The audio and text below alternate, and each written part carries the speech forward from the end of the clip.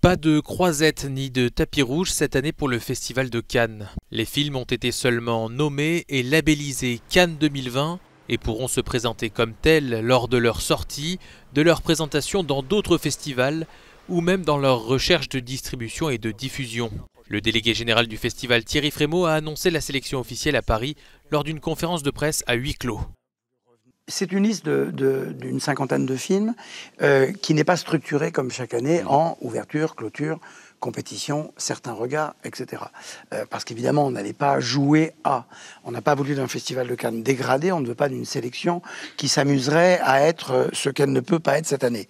On va accompagner les films d'une autre manière. On va les accompagner en salle, on va les accompagner dans les festivals, numériquement, avec vous, les journalistes.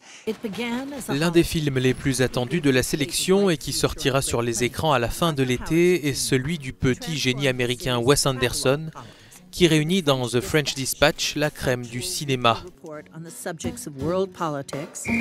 Bill Murray, Tilda Swinton, Léa Seydoux ou encore Kate Winslet. Quelques tendances se dégagent de cette large sélection de 56 films.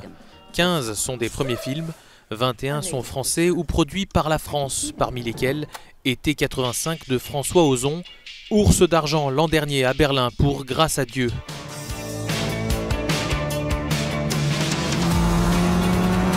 Enfin, 16 films sur 56 de la sélection officielle ont été réalisés par des femmes, ce qui correspond au pourcentage global des 2067 films visionnés par le comité de sélection, composé d'une majorité de femmes.